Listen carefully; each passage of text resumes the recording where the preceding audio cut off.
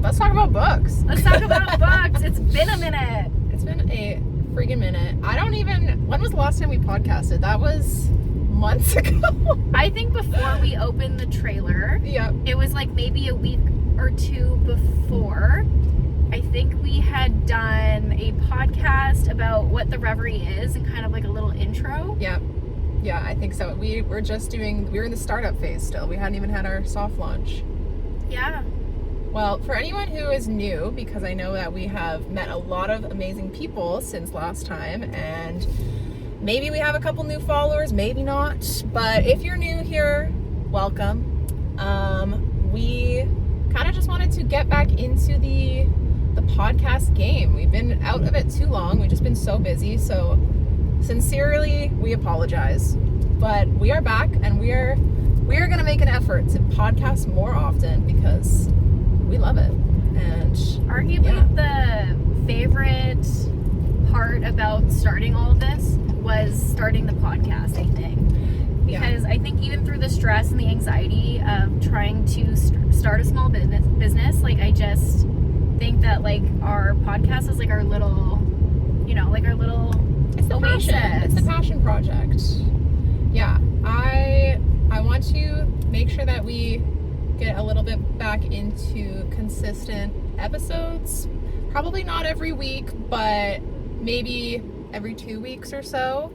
Eventually I would love to have like a consistent day, but I'm sure we'll get there in the future. Eventually. I think it's just like we don't have a routine right now because it's been so crazy.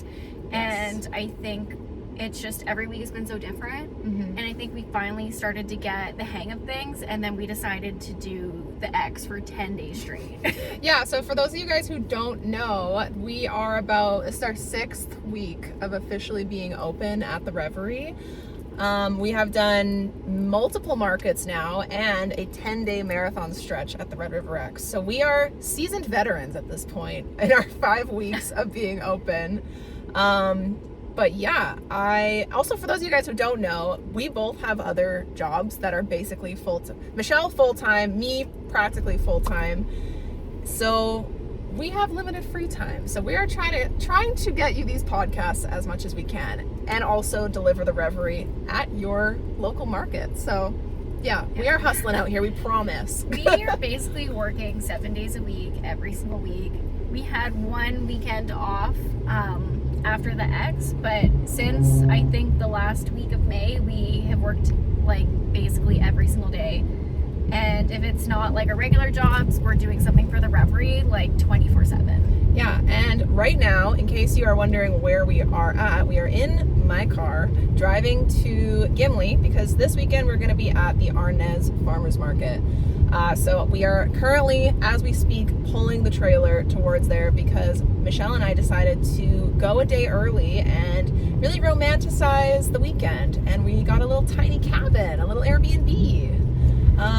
So we decided to utilize this driving time of about an hour, just over an hour, to finally get back into our podcasting. So yeah, here we are. So should we get right into it and kind of talk about what we've been reading, or yes, should we kind of touch base more on the Reverie, or like where do we want to start?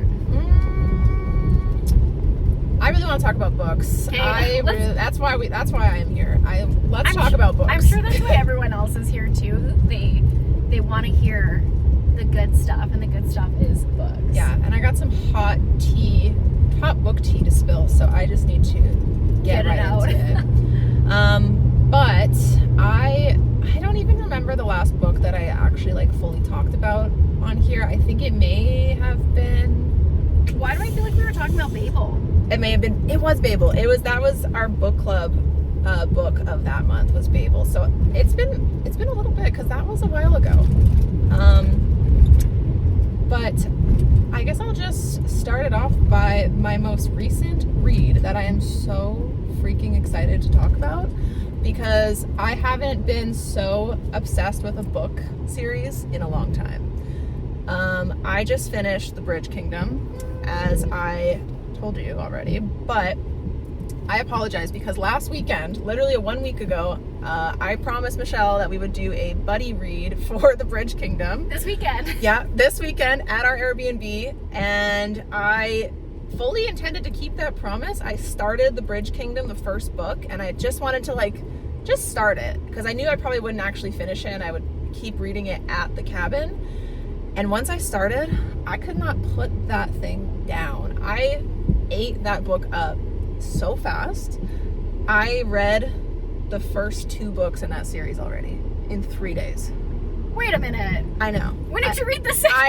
I read the sequel already. Holy. That's why I'm like, I need to talk about it. And I'm not going to spoil anything because you haven't read it and I need you to read it.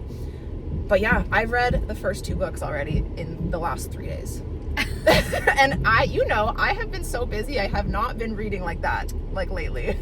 Yeah, like where did you have time to read 2 books? I stayed up all night and read because I was so obsessed. Like I was like, I'm not even gonna go to bed. I'm gonna sacrifice my sleep because I need to see where the story goes. Totally. But so I started the first one on Kindle Unlimited and it was so good. I think it's like 400 pages too. Like they're not like crazy length either. They're like a nice digestible amount. Like a crispy like 350 or something? Or? Yeah. And I don't even know what it was about this book. It just like, I loved the world that it's set in. I didn't know anything about what it was actually about when I went into it.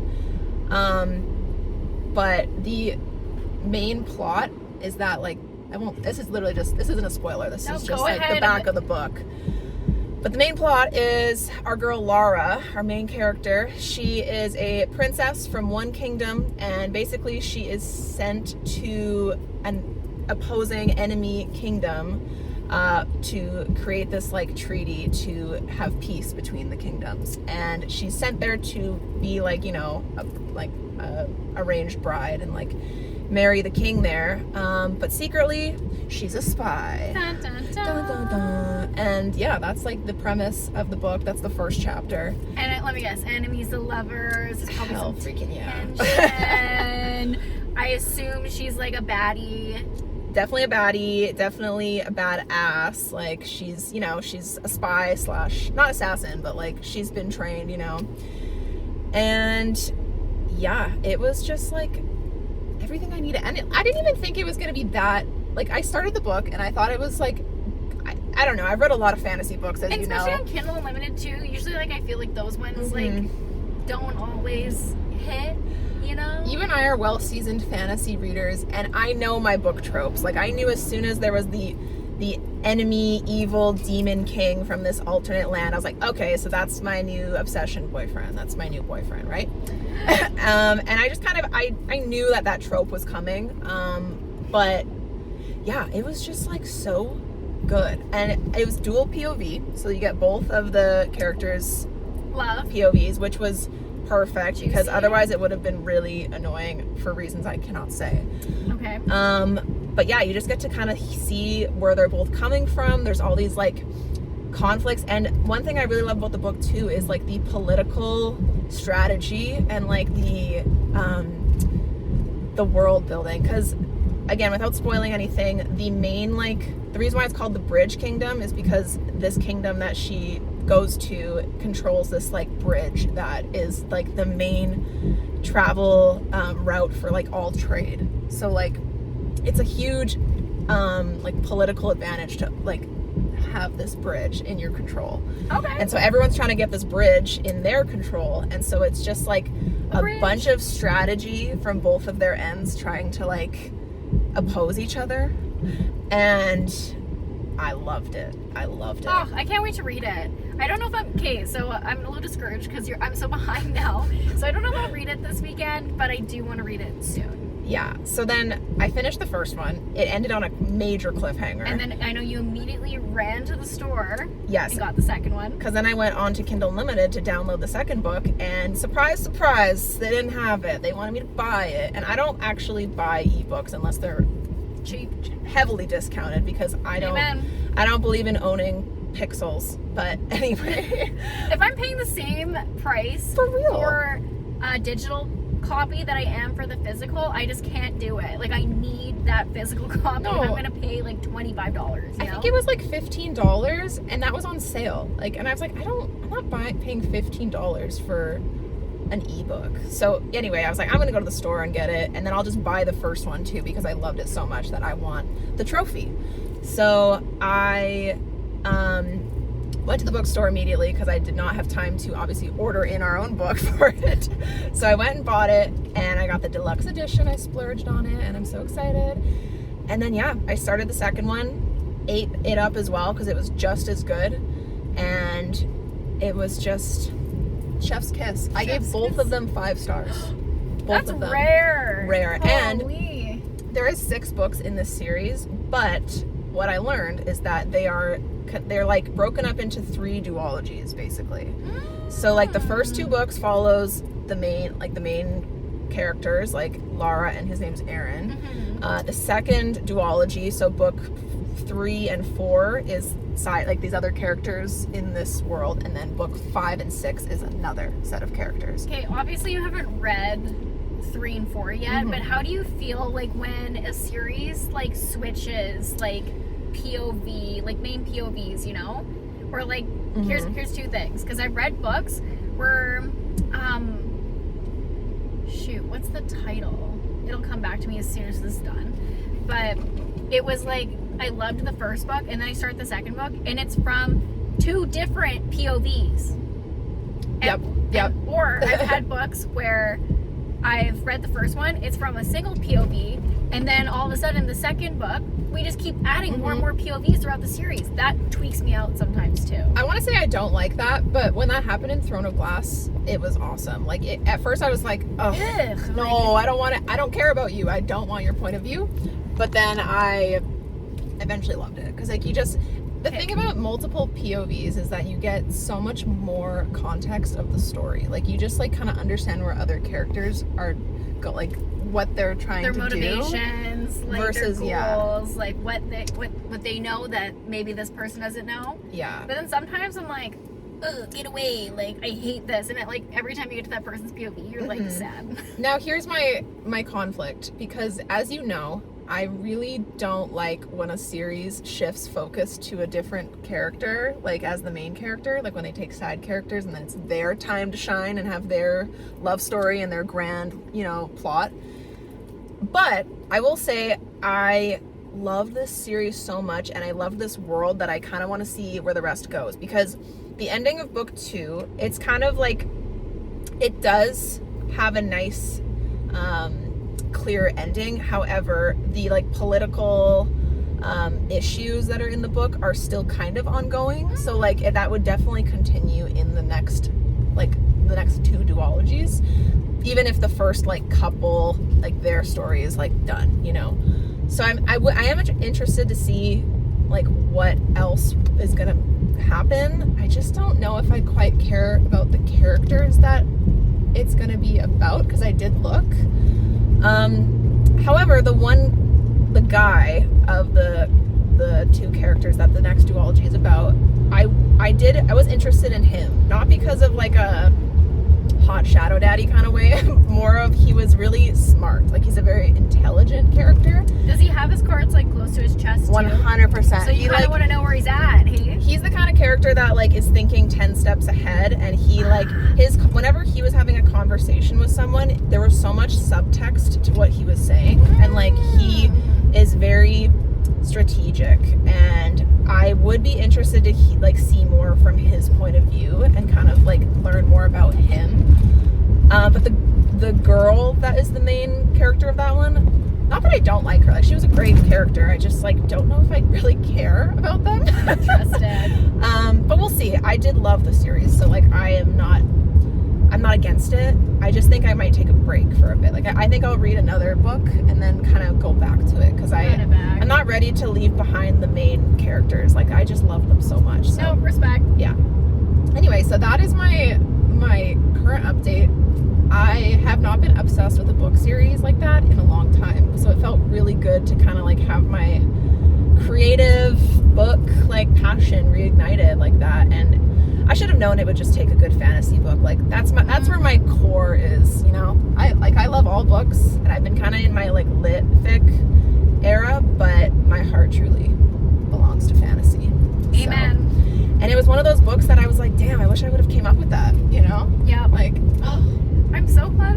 finally had a like 5-star, like, this is amazing read, because I feel like you've been kind of slumpy this summer. I have been slumpy. Yeah. I think I've also been slumpy, but I think it's just due to being busy. Yep. Or I've just become like a really hard book critique. I don't know. Should I go up here? I think I should. I think to get to Highway 8 I have to. I just am not sure about 7 or 9. Because if you go that, it goes, oh yes, and then I think you can get on to 9 from there, I think, and another Clover. Okay. If we want to do 9. Okay. I'm down to go. Because that's the one that goes by... The scenic one. Yeah. Sounds good. Okay. Anyway, now that I have yapped your ear off, you tell me your most recent read is. Give me your update. What did I read before my current read? So I'm currently reading The Deal, because that was what the book club had picked, and none of us have read it. Actually, we actually met up so funny. to talk about the book that we had all missed for the prior book club, which was The Wedding People. So I read The Wedding People, was 10 on 10, loved it. I think the consensus was that we all loved it in book club. Like, it was probably like a solid 4 average. I think it was super witty and fun and like unexpected. Yeah, I liked The Wedding People. It was a fun premise. It was very simple yet kind of bizarre. And for those of you guys who don't know, this the very beginning of the story, it's a woman who goes to this fancy White Lotus-esque hotel to go kill herself, and she's interrupted when there's a wedding there. And it's kind of bizarre and hilarious, and I really liked it. It was a fun, very simple but crazy concept. And I think it was just really witty and a little bit funny and just very original. Something I did not expect from the book. And as soon as I went into it, I actually thought we were reading some sort of I don't know, casual romance where maybe this woman is single and goes to a wedding. I did not read the synopsis at all. And then the first 100 words, she's like, I'm myself. And I was like, hold up, what is this book about? And I was like, I'm not gonna be happy with this. Yeah. And then I ended up being so pleasantly surprised. Yeah. When she tries to unalive herself in the hotel, and she's it's comedic because she's trying to do this, and she's she takes these cat pills to try and unalive herself, and then she's flavored. They're tuna flavored. Also, my cat takes tuna flavored Prozac, so I thought that was hilarious. And yeah, she's just lying on the bathroom, just listening to this terrible wedding speech of the mother of the bride, and it's so funny and such a a bizarre concept, because there's two opposite ends of the spectrum, where one side it's what's the opposite of a wedding? A funeral. Yeah, exactly. So it's just, again, that's a kind of another plot that I was damn, I would have loved to come up with that. That was super original. Amen. Yeah, that was good. I think all around had really good reviews for our book club, and I feel like there's always one cynic, and everyone did actually really enjoy it. So yeah, I read that. I read The Midnight Feast recently because I just wanted to change up the genre as I was reading a little bit. I was really happy that you read that because I love that book. I know Lucy Foley is one of your pretty automatic buy authors. I know you absolutely love her, and I think that was my first experience with the Lucy Foley book too, and I did like it. I will say at most of the book it was sitting at a 3. Same. And then it really took the last 60 pages for it to completely change my opinion to, I think I rated it a 4. It had twists and turns that I had honestly never expected, which is quite rare because I feel almost 100% of the time I can guess the plot twist. Yeah, I actually had the exact same experience when I was reading that book. I thought it was super mid the whole time. It wasn't a bad book, but I just thought I knew exactly where the plot was going. I thought I had it all figured out, and then I got to the last 3 quarters, and it took a turn that I did not see coming at all. I was duped. I loved that because I was I thought I was so smart, and I thought that I knew everything that was going to happen, and I knew nothing. And I just like loved that she was able to do that, because it's actually kind of hard with thrillers sometimes. Yeah. A lot of the time I feel like I can guess, but that one, So I love yeah, my girl. So I was Lucy super Foley. pleasantly surprised by that. And it was like super White Lotus-esque too. Like it was like a so retreat. like Yeah. White Lotus X, like Nine Perfect Strangers, especially the way the main woman Francesca was portrayed. It was kind of giving, like, I was picturing Nicole Kidman in my head the whole time, just like thinking about the show, and it was sorry. Yeah, but it I hope you know what I'm talking about, right? Yeah. At the Oscars. It was great. I loved it. And then yeah, since I was really set on reading the deal for a book club, obviously I didn't finish it. I was only like 50 pages in by the time we had book club, but it's fine because no one else really read it. And so far I'm enjoying it. It's not groundbreaking. It's like your typical college squirty romance. It's not cheesy. I do like the characters. It's not cringy. The spice level's pretty good. But we'll see. I'm almost done. I'm hoping to finish it this weekend, and then I will report back. Okay, perfect. I don't know if I'm gonna read it, to be honest. I just don't know if I want to. Which maybe sounds bad, because I was planning on reading it for our book club, and then fucking somehow that month just went by and I didn't read it. And I just don't know if I don't know if it's my kind of book. I would probably enjoy it if I did read it, but I feel like I just have so many other books that I want to read before that one. And if it's not our book club book any longer, I feel like I will. It can go to rest. It can rest. Maybe I'll pick it up eventually, but I want to watch the show though. I really do want to watch Off Campus. I feel like I've been putting that off, and as a huge Heated Rivalry fan, I think I gotta get on the Off Campus train. I'm not letting myself watch it until I finish this book, so it's been a really good motivator because I hear so many people talking about it 24/7, and I need it. I need it so bad. I need it. But yeah, but I've been having a very romance-esque book summer. I love that for you. And you're in your romance summer. Yeah, and I feel like I haven't really had a romance summer in 3 years, maybe. I feel like it's refreshing. I feel so happy about it, actually. I feel like I really fell off my romance train for a bit, and I was really just like really heavy into fantasy. I was obviously reading a lot of different genres too through book club, which is great. But I just hadn't really been touching romance, and I feel like I'm just like so giddy with romance books right now. I'm loving it. Yeah, I think, well, I read, not to change the subject, but on the topic of romance, I read Yours Truly by Abby Jimenez. That was the book I read before The Bridge Kingdom, which was only, honestly, like, maybe 2 weeks ago. Like, it wasn't that long.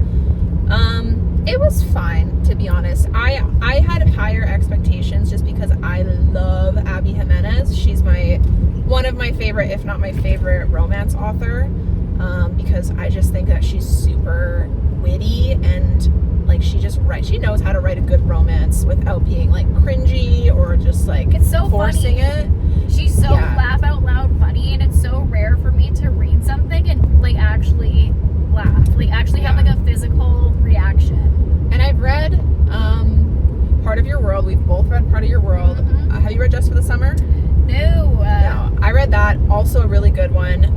And then I also have read Say You'll Remember Me, which you have also read that one too. So I thought I would continue the Abby J train and read Yours Truly, which is one of her. It's actually the sequel to Part of Your World. Like it's in that same series, even though it's not really a series. Like it's just a new couple. Yeah. But the characters from Part of Your World do make a small appearance in Yours Truly. Like Alexis, I think her name is, and Daniel. Anyway, so that was fun to see them living their best life because I loved Part of Your World. But Yours Truly, the plot of that one is basically that these two characters, they are both doctors in like the hospital that Alexis worked at. So they're like friends. And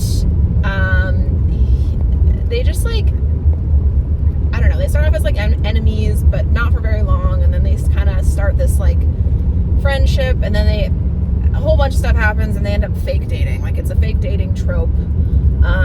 And it was fine. I feel like I don't know, the characters were a little whiny, in my opinion. And just straight up miscommunication that could have been solved by one single conversation. And I know that's a very common thing for romance books. Is it a common thing for Abby Jimenez? Because this is starting to sound like Say You'll Remember Me. I would say Say You'll Remember Me was more believable because they actually had the physical problem that they lived in different spaces. And while those characters also kind of annoyed me because it was like they just ended up like, you just move. Like there's a very clear like problem solved. But this one, it was that they're both available, they're both single, they both live in the same place, they both work at the same place. Like there's no reason why. Were they just being like, oh, I can't. They were just being like, oh, I don't know if she likes me, I don't know if he likes me, like that. Like it was just kind of a little juvenile, in my opinion. I didn't dislike the book. I want that to be clear. Abby J, we still love you. I gave it a 3 stars, which is like average. But I just don't think it had that same sparkle that the other Abby J books have.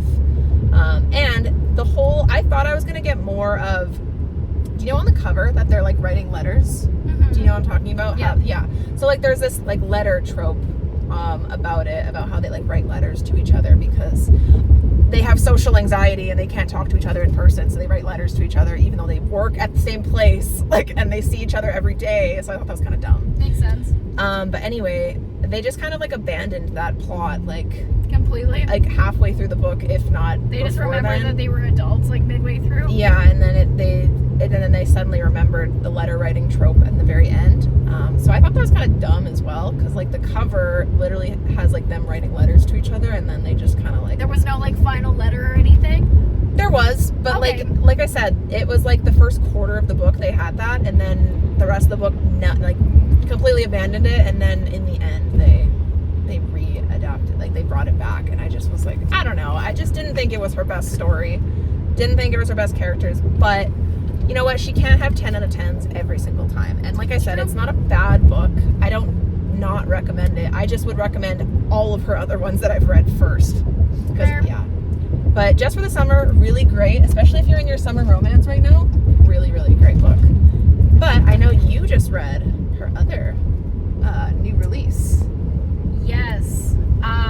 Which I really want to read too. Oh God, what's it called? The Night We Met. The Night We Met. Yeah. Yeah. Read that one, and okay, so I'm kind of like a fake fan. I'm not a fake fan. It's just I've only read Part of Your World, Say You'll Remember Me, and now The Night We Met. So I'm quite new to like her books, and I'm kind of working my ways backwards almost with her her novels. But I just read that one maybe a month ago now. No, not even. That was like 2 I was reading it during an 3 weeks ago. Okay, so I was reading it a couple weeks ago.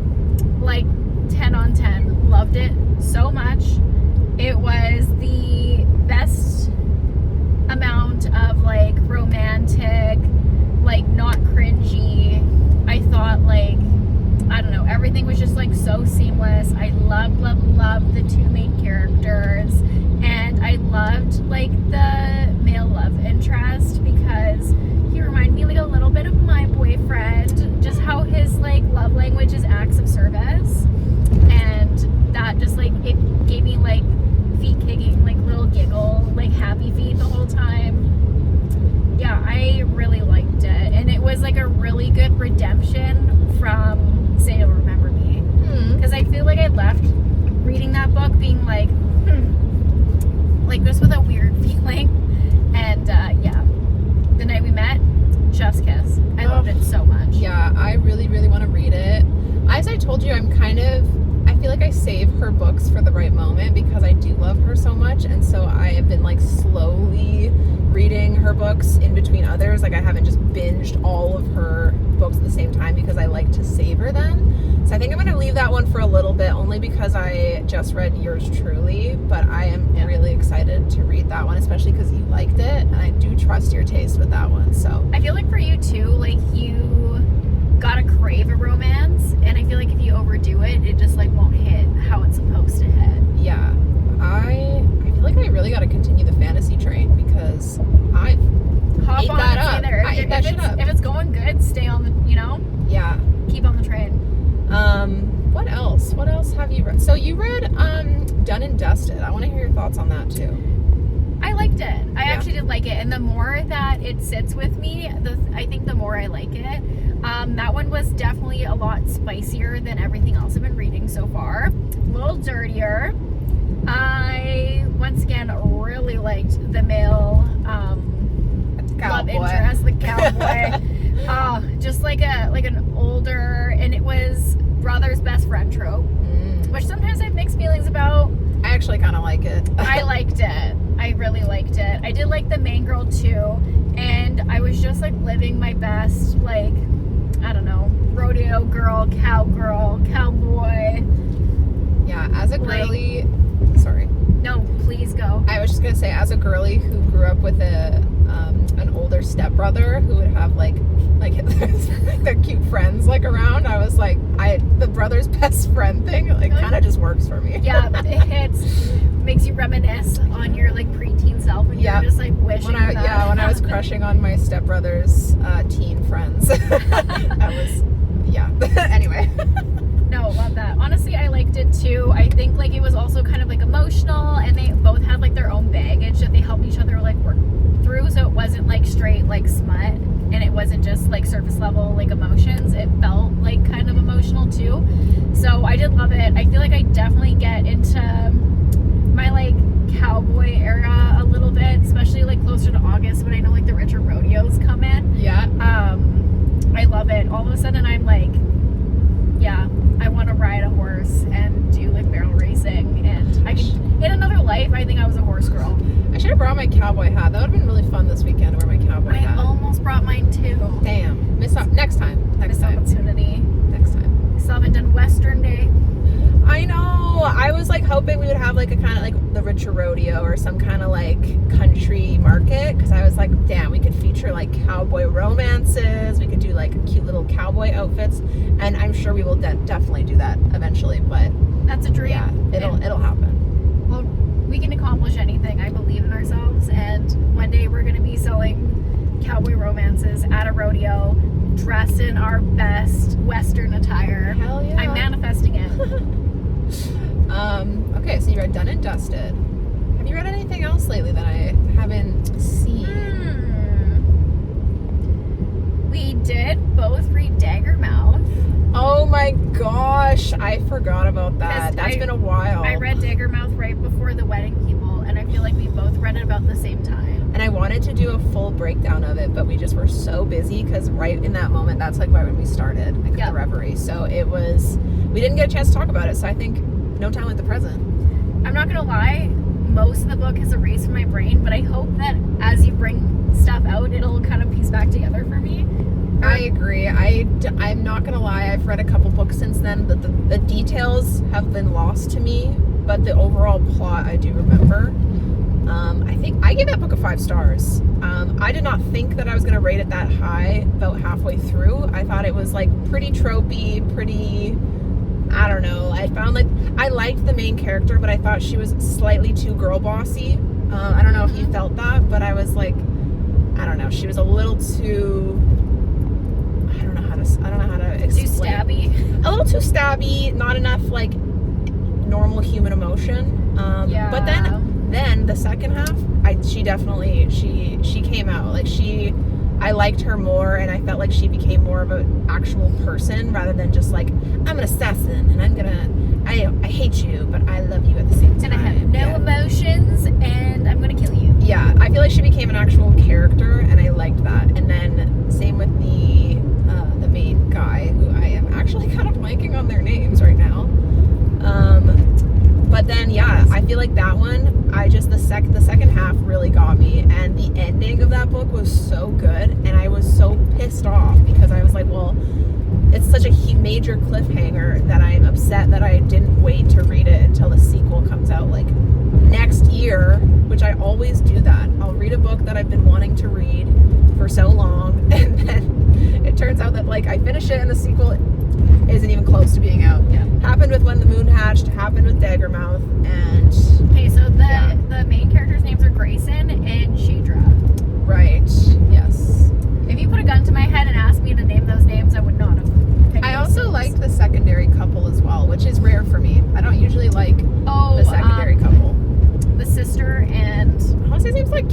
but I feel like that's not right. And the club owner / whatever he does, underground club owner. I actually liked them, surprisingly. Like I said, I don't usually connect that much with side characters, but I did like their story. And the major cliffhanger of how, spoiler alert, if you don't want a spoiler, warning, about how he gets shot, I think, at the end of the book, or there's like a cliffhanger that he's probably not alive, but I think that he'll probably pull through in the second book. Like, he'll probably actually be fine. Yeah. Yeah, I don't have a lot of too many words for this book. I love that it was like kind of, dystopian vibes. One thing I will say is that people told me that if it's like the adult Divergent, not even a little bit is it the adult Divergent. I don't know why people would even compare it to that. There is no way in hell that that's the adult Divergent. The adult Divergent is Fourth Wing, in my opinion. But I don't know. I don't understand the parallels between those two books. It's great. It's a great book on its own. I just don't know why people compare it to Divergent, which I love Divergent, or I did back in the day. Those movies remain my guilty pleasure, especially the first one. There's also another dystopian book that I've been really wanting to read. Bought it, have owned it for a bit, haven't gotten around to it. But anyways, Daggermouth. I rated it 3 stars. Really? Yeah. Yeah, I gave it a 5. I was generous with that one. I don't know, like, I'm trying to be less I'm trying to be a less harsh critic these days. I'm trying to just go off the vibes, and because I really enjoyed reading it, I gave it a 5 stars. If it like makes me like need to turn the page and like really need to know like what's gonna happen, usually I'll probably give it a 5 star, because I just like, it's just the vibes of it. That's why I gave the Bridge Kingdom such high ratings, because for one, it is a great story, but also two, I just like reading it was as easy as breathing. It was so so poetic. Yeah, it was just so good. I don't know, like I said, I stayed up all night to finish those books, and I have no regrets, even though I woke up this morning really tired. Okay, the book I was thinking about is called Silver Elite. Who's the author? Danny Francis. The second one just released recently, I believe. Yes. I feel like I've heard of it. The second one's Broken Dove, and I've heard good things about it. I've also heard really bad things about it. I feel like Book Talk's kind of divided. As it do be. Do you think you'll read the sequel when it comes out? Like, hard maybe. I don't know. I feel like I felt really like it had a lot of problems for me, and I left unsatisfied. But I can't tell you any of those reasons at this time because it's been too long. Interesting. I am so curious, but that is okay. We are all entitled. And I do agree. I feel like majority, like the first half of the book, I was like, this is kind of mid. And then, I don't know, something about the second half did I feel like the different like divisions and stuff, or like the circles, or the layers, or like whatever the onion blossom had of like the factions or whatever it was, could have been a little bit more developed. I think some of the characters could have been a little bit more developed. Actually, I agree with that. The world building, there wasn't a ton of, like, there was almost nothing outside of where they were, like in their little apartment. Like, there was very little world expansion. I thought maybe there could have been a little bit more yearning. I really kind of love triangle-y a little bit, so I wish there was a little bit more yearning and a little bit more like, I don't know, difficulty with some things, and maybe a couple more hard decisions. Yeah. I don't know. Yeah. Actually, I remember now, I like that love triangle, because I felt bad for the initial guy that like she left behind, because like he was great too. He didn't really do anything wrong. She just like did it. She just like wasn't arguably better than Gale, you know? Yeah. For real.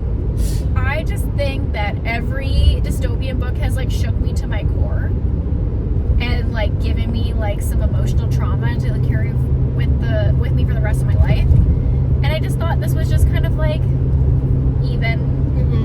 But you know, Hunger Games set some high standards. Divergent set some high standards. It's a horse.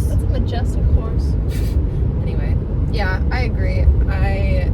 I'm interested for the second one. I liked the ending I thought was really good. And the twist with, spoiler, the mom. Like, I don't know if you remember, but I don't actually remember the full context of it, but how they were talking about this like secret agent that like they don't know where this person is anymore, and then it ended up being the mom, like the queen. It wasn't she some sort of like love child? The main character, some like rando love child. So the main character was not actually, that wasn't his dad, like the king or whatever, like that wasn't actually, didn't end up being his dad. It was the other guy that the mom had an affair with, and then I think he gets unalived in the ending, the real dad. That was tea. I'll give him that. Yeah, I did like the ending and the whole like marriage ritual thing and all the cameras and like all. I did like the ending. I thought it was like very high stakes. I just wish I would have read that book later. That's my regret, because I want to know what happens. And I've been really bad about rereading a book so that I can read the sequel. Like I've been meaning to read When the Moon Hatched so that I can read The Ballad of Falling Dragons. And I just like haven't gone back to it because it's hard for me to reread things because I just have so many books I want to read. I know, it's like, how do you wisely spend your time, because there's so many things you want to read, you know? I know, and I could just go for it and read the sequel, but I love the first book so much that I want to like really immerse yourself. Yeah, I don't want to forget the details. I don't want to. Yeah, I feel that way about Crescent City, but there's only so many times you can keep rereading like the same series to like build up back to like the new book, you know? You know, Crescent City is popular enough that you could probably find a really good YouTube summary video, so that you could read the second one. Because I feel like if I was like, I mean, honestly, When the Moon Hatched might have one too, but Crescent City is a much bigger book. So it's huge, and I've already read it twice. That's so. And you haven't read the second one? I read the second one. I haven't read the third one, and I was gonna maybe reread the second one as a refresher because I really don't remember anything that happened in the second one. I know the second one was kind of like, it was good, but it wasn't like amazing. It had kind of second book syndrome a little bit. Yeah. So, but I do want to reread it because I want to just like get locked in a little bit. Yeah, I have mixed feelings about Crescent City as a whole. The first book was so good. Like life changing. Yeah, first Crescent City is amazing. I do stand by that, and I love Sarah J. Maas. And I do think that it is worth the read to continue the series. I will say that the first book, the other books do not even come close to the first one, in my opinion. But that doesn't mean they're bad. They're just not the same. I don't think something will ever duplicate the emotional like trauma that I faced in the first book. Oh, I loved it. And like the final scene when she's like fighting through the city and Hunt is like watching her over a camera feed. It's so edge of your seat dramatic, and good. It's just like the POVs are swapping around a little bit, I think, right? And it's so it's like the time limit of it all and everything that's happening, and it's like a whole like hold your breath moment. And I love Bryce in the first book especially. She's just great. Like, amazing. She's a great character. And I will say, actually, if it entices you even more, the Bridge Kingdom, there's actually a scene in the second book that kind of reminds me of when Hunt is watching Bryce like fight her way, and he's just like, come on girl, like you got this, and like he's like so like desperate for her to be okay, but also like wants to like trust her. But yeah, the Bridge Kingdom was great. I can't even express it. I have it on the iPad. I brought the iPad just in case. Yeah, I'm curious. So this weekend, like, what is your? Like, we want to have some readathon time. So what books did you? I know you obviously brought your iPad, so you have the full Kindle library. Mm-hmm. But I'm curious, kind of, if you brought any physical books, or if you have anything on your radar that you think you're planning to read. So I brought 3 new physical books and my iPad, which has, like, as you know, I went to town on some Prime Day Kindle book deals, so I have quite the selection on there. And then I have some physical books because I've really been in my physical book era right now, and I'm really trying to like lower my TBR in that regard. was gonna bring Night in the Moth. Oh my god, we could have buddy read. I should have told you what I was going to bring. I was this close to packing the Night in the Moth. I'm not even kidding. I think I was telling you the other day that I was really hankering for a fantasy, but because I really haven't read any fantasy in a little bit. Yeah. But I've also really been in my romance era and kind of like a little bit back into my smut era. I feel like I definitely got off the smut train for a little bit too. So I also brought, I want to say the book's called like Addicted or something. I don't know. It's been rotting on my shelf for I don't know how long. Let me see if I can pull it up. I love that you brought 3 books because I actually had a stack of 3 books that I was going to bring, and I was like, Ava, you don't need 3 books to go to this. Like, you're not going to read all of them. No, I'm not going to read all of them, but especially finishing the deal, I didn't know who I was going to come out as. If I was going to want more romance, because I've really been on my, and you know I don't like to like double dip genres in a row, but I've really been wanting to read more romance right now, so I brought Addicted to You by Krista and Becca Ritchie. I've seen that on TikTok. Yeah, it's supposed to be like, I don't know, sex, addict, smutty, whatever. It's been rotting on my shelf. So I thought maybe if I wanted something a little dirty, I brought this one. I brought Night in the Moth in case I was really craving some fantasy, and that one has been on my TBR for so long. And then I also brought Heart the Lover in case I wanted romance, but not smut romance. Like a lit fic romance. Yeah, lit fic romance. I'm so sad we could have read at the same time. That would have been such a fun thing, but that's okay. We'll still be reading at the same time, so it'll be fine. But yeah, I was actually looking at my bookshelf, like which books do I want to bring now that I've finished The Bridge Kingdom. And I have my iPad, so I can read a Kindle book, but kind of on the same page as you. I've been trying to read my physical books because I would love to just like, I know it's not actually going to happen, but I would love to like have read all the books I own. Slowly but surely we'll get there, but just like very lower unlikely, the amount of unread books on your shelf. 100%. And it's summer, and I just like love reading physical books in the summer. Especially, there's just something like, about it. Sitting on a deck, like outside, or like cozy up, like I don't know, physical books. Especially like sometimes I think summers for physical books and winters for my little iPad Kindle reads. Yeah, summer's for hibernation, or sorry, winter is for hibernation season when I can just read under my covers and read in the dark. Yeah. But I brought, so I have my iPad, but then I also brought Olivia Blake's One for My Enemy, which I actually read the first chapter. That's as far as I've gone into it. I actually started it at the same time I started Yours Truly. So right before The Bridge Kingdom, I read both of the first chapters because I didn't know which book I wanted to read.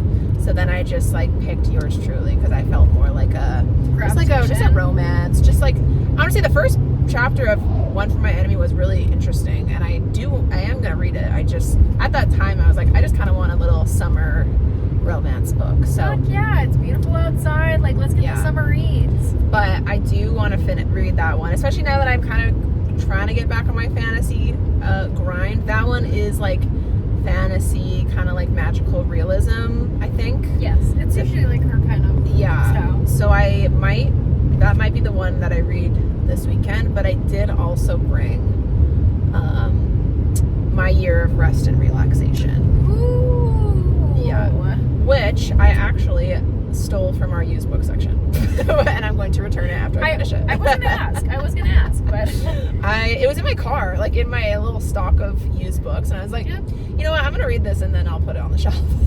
And that is okay, because you know what, I set aside the is it the After series, is that what it's called? Yeah. We both kind of talked about wanting to read it, and I was like, this will be put back. Yeah. But I want to I mean, it is a used book, so I'm gonna use it. Anyway, so those are the 2 physical books that I brought, and I feel like I'm gonna read One for My Enemy, but you never know.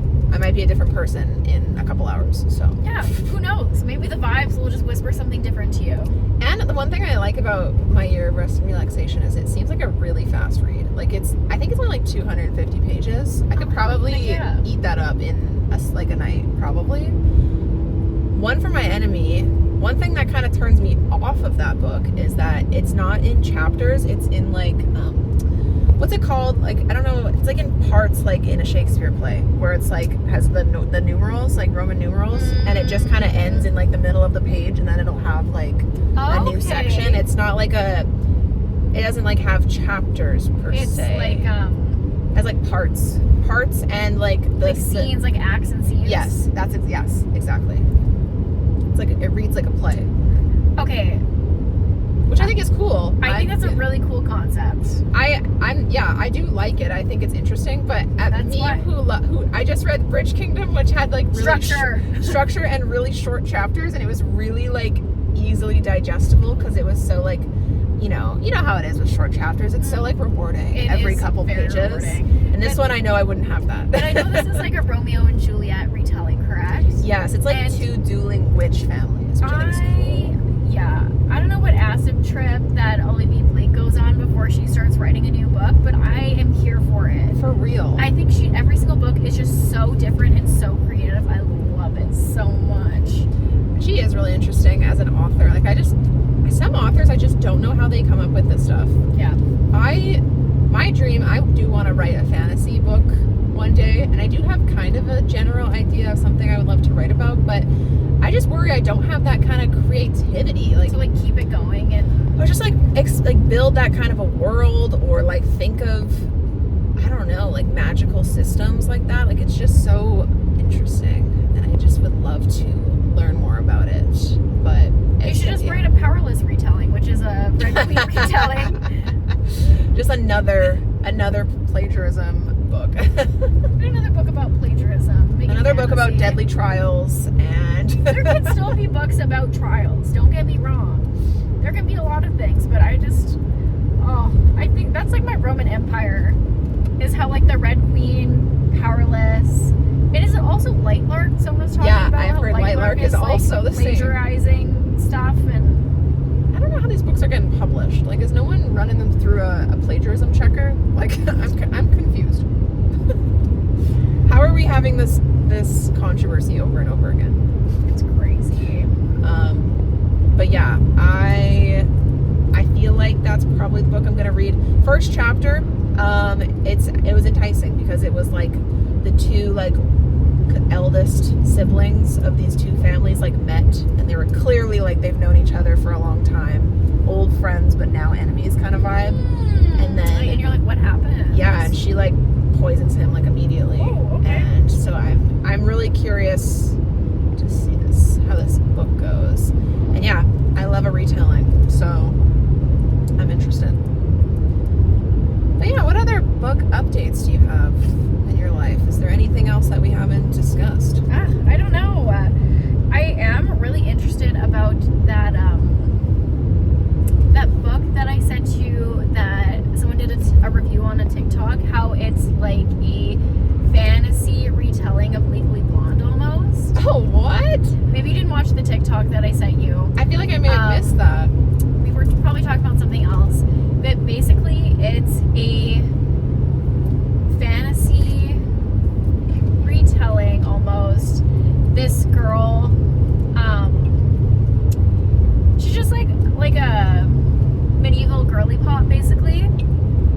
And she is kind of like gonna be betrothed to this guy, and I think he like dumps her because he's going to like this really bougie like fighting warrior school or something. Oh shit. And basically, and he's like, ugh, you're too girly and you care about like clothes and looking cute. So he like dumps her butt, and she basically revenge arcs him and gets into the same war college as him to like try to like show him up and like prove him wrong. That is so Legally Blonde. That's so fun. So she's gonna be like a cutesy warrior girly pop, like basically out warrioring his butt to like prove a point, because he dumped her because she was too like feminine and he was going to this war college. So she decided to get into the same war college and basically beat his butt up. What, like it's hard?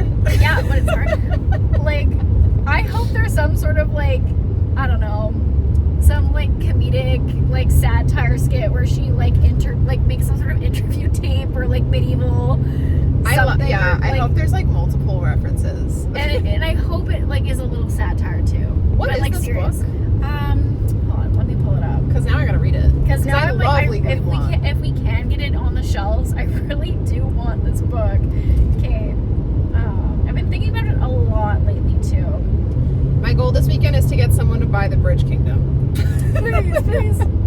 That's been like one of my favorite things actually about running the Reverie so far is I just have been loving like people have really been trusting our judgment and our book taste, because like even last weekend there was this really nice woman who came up and she just like wanted recommendations for a really great like romance to see, and I don't know, people just have been like people have just been trusting us and be like, what do you think I should read? And then they'll just buy it, and I love being that influential. My God, complex is fueled. yeah, so it's been fun. They're like, that sounds great. Which one is it? Okay, so it's called The Princess Knight. And this is the cover. Oh, interesting. Hey, I see the Legally Blonde-ness of it. I'll force you to watch this when you're not driving and just listen to this girl talk about it. I was like, I need this. I need it. Fun. Is it do you have it on like Kindle or anything, or do you? I don't know. I don't have it on anything. I just saw it and I sent it to you and I was like, need it. I wonder if it's on. Let me check to see if it's on Kindle Unlimited.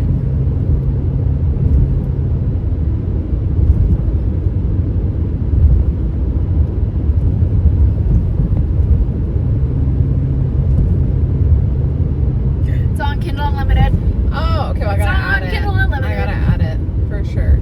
Yeah, for sure. Also, another thing I was really proud of is The Bridge Kingdom was at the very bottom of my Kindle Unlimited library. It was the last book I had on there. It was like that thing has been sitting there. And it's one of those ones where you're really mad at yourself that you didn't read earlier. Yeah. I get a lot of that. Yeah, I'm sad that I've been sleeping on this book series because it's so good. But I wasn't ready for it, and now is the time. But it's another edition of the books that I've read this year, of books that I have been putting off, that I decided to actually read and not wait to read anymore. So I'm proud of myself because that's the theme of this year, is just read the book. Just read the book. Don't overthink it. Don't wait for the perfect time. Life's too short. Just pick up the book. You'll never regret it. Agreed. Just freaking read it. Anyway, yeah. So I was proud to get that thing off of my Kindle Unlimited library.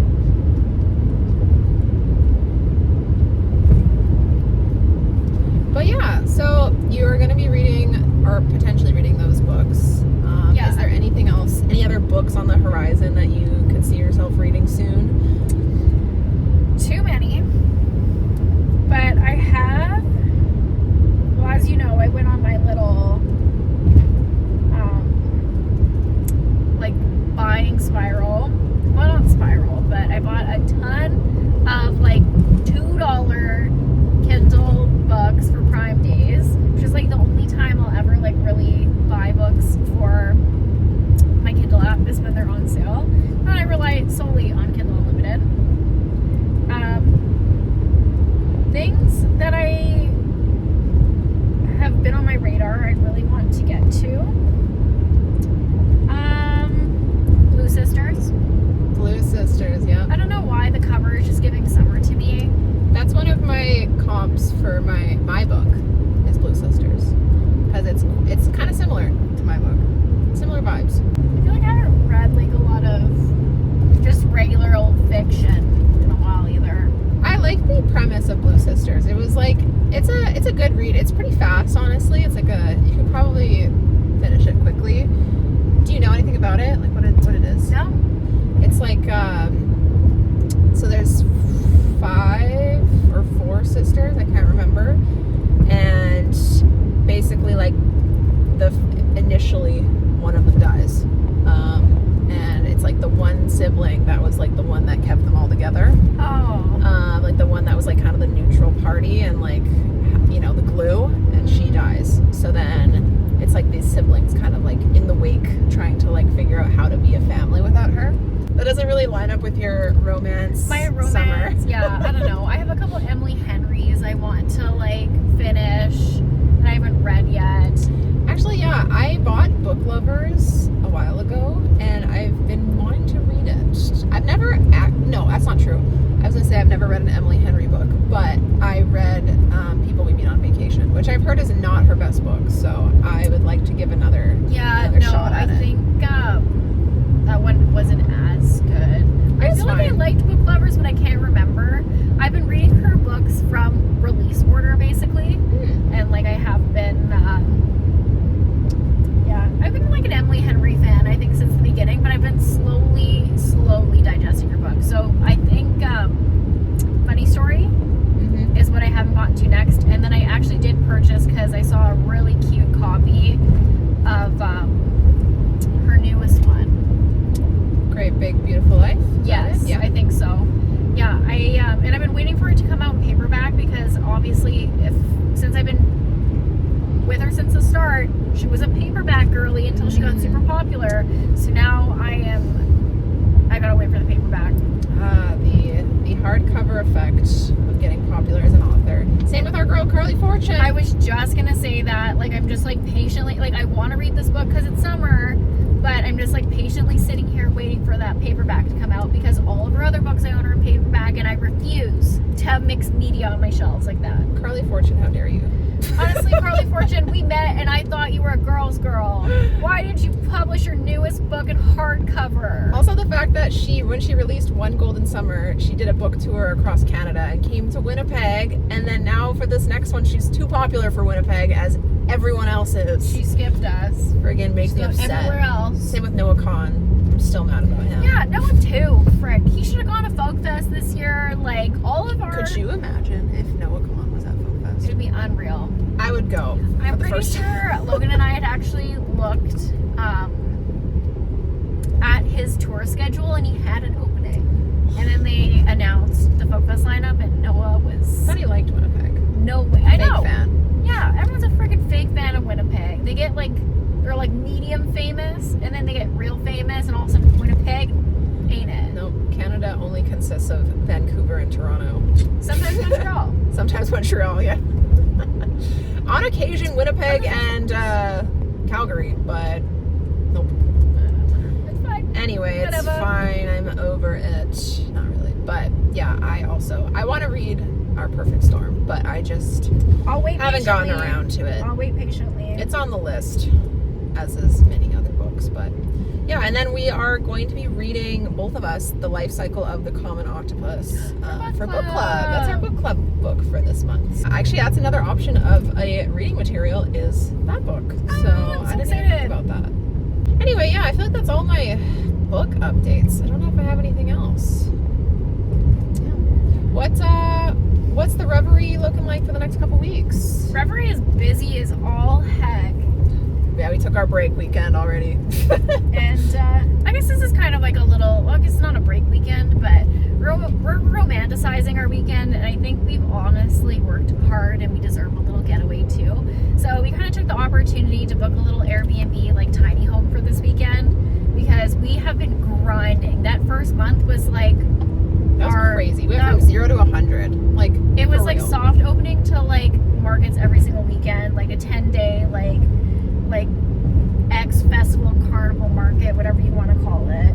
It's been absolutely bananas. We've had also like a lot of really amazing engagement from Winnipeg and Manitoba, and also just other small local businesses too.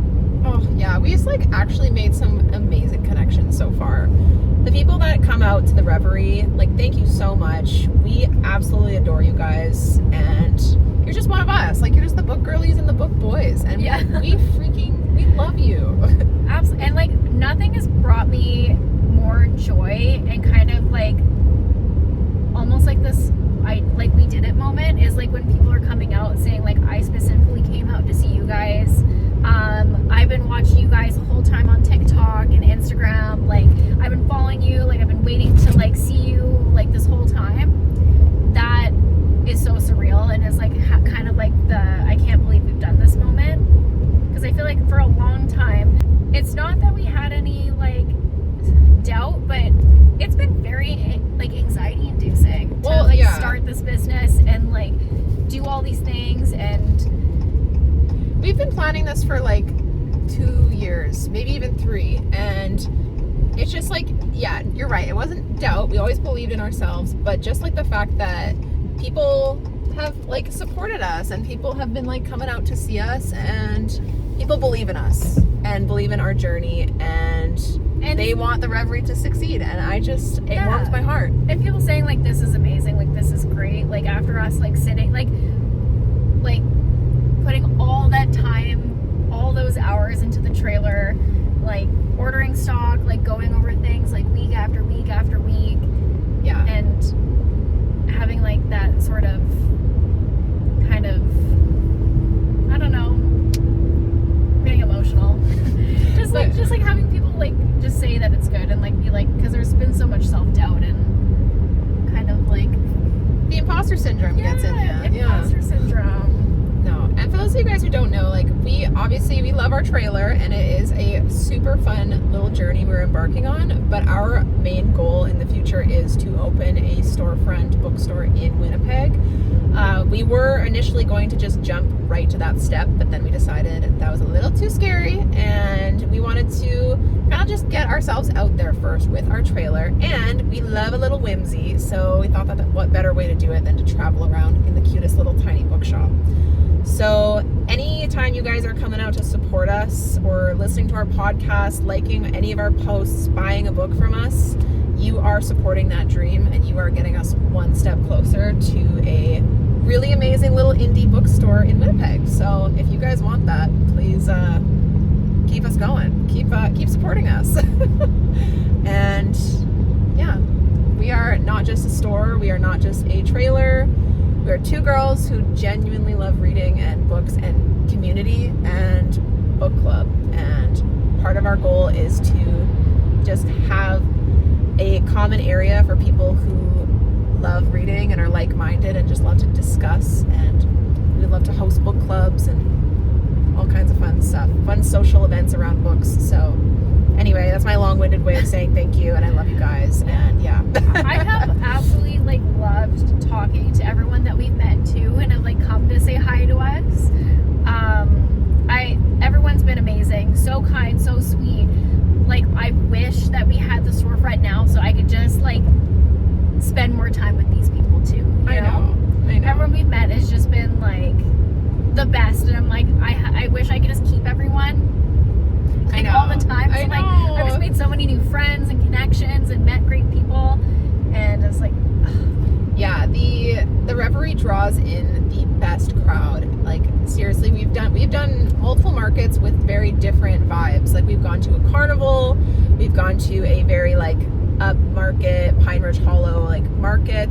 We've been to like small farmers markets, and just kind of a little bit of everything. And every single time, no matter how many, like who's there and what kind of a market it is, we find like the book people come out, and my favorite people are book people because they're just so positive and open-minded and inclusive, and yeah, my kind of people. I'm really excited to see who we get to connect with this weekend. I know that people have already reached out to us about like exciting to see our trailer and kind of like see it for the first time, and who've been following kind of our journey. And I love meeting those people, and I love when you comment on our stuff, and like I get excited that you guys are coming, and I'm like sitting at the edge of my seat being like, when are they gonna get here? When do I finally get to meet them in person? Yeah, so thank you so much, everyone. We have been loving your support, and yeah, week 6, here we come. Then the next couple weeks we're going to be, I think we're going back to Pine Ridge. Next weekend I think is Winnipeg Beach. I think we're going to Boardwalk Days. Yeah, and Winnipeg Beach, which is super fun. And then I think we're going back to Pine Ridge after that. Yes, ma'am. And then the Icelandic Festival. Yes. I gotta get some Viking books for us. Viking romance? Instead of cowboy romance, because we're not going to a rodeo, we're like Viking romance. Should I get some horns? Wait, I actually think there is a Viking romance book on TikTok that I saw, so maybe I'll have to stock up on that. There's a market for everything, you know. And then right after the Icelandic Festival, I'm abandoning you for a little bit. The Bookish Girlie is going to Japan. So then Ava is going to be at Pine Ridge, and I think somewhere else. I don't remember where. Somewhere else. It might actually be Arnez, which, yeah, will be interesting. My one request is that you must bring me back a bookish token. Doesn't have to be a book. Could be a bookmark from Japan. We'll see what I can find. It'll have like Pikachu on it. Yeah. A Pikachu bookmark? I would love that. And honestly, one of my goals, I don't know how much time I'm going to have to read, but one of my goals is to read as much as possible as one does on vacation. And lots of plane time. There will be lots of travel time, so I think that's going to be like my main reading time. As for like the days and nights, I don't know what's going to happen. I don't know if I'm going to have energy because I know it's going to be stupid hot, but I am looking forward to it. And maybe I'll just be a little iPad girly, and I'll put my iPad everywhere or my phone, and I'll just read. Who knows? Yeah. Well, is there anything else that you think we missed? Oh, I don't know. I don't think so. I think this is probably like one of our longest chats yet. It was great. This is a great way to spend the drive. This is amazing. Reconnecting, talking about books. Yeah, well, anyway, thank you again so much for tuning in, everyone. We hope to see you soon at a market close to you. And yeah, thank you again. That's going to be it for today on Let's Talk About Books. And we'll see you next time. We'll talk to you soon. Bye.